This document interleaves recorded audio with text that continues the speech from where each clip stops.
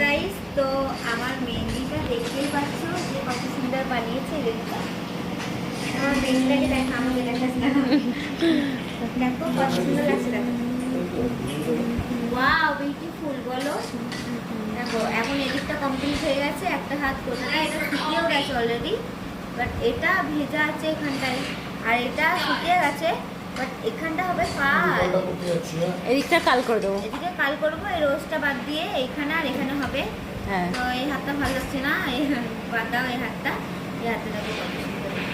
ওই হাতটা ভালো লাগছে। কত সুন্দর লাগছে বলো। চলো, আমি মেয়েদের কেন করছি, কিসের জন্য করছি, সেটা সব তোমরা দেখতে পারবে, সব তোমাদেরকে দেবো ভিডিও আমি।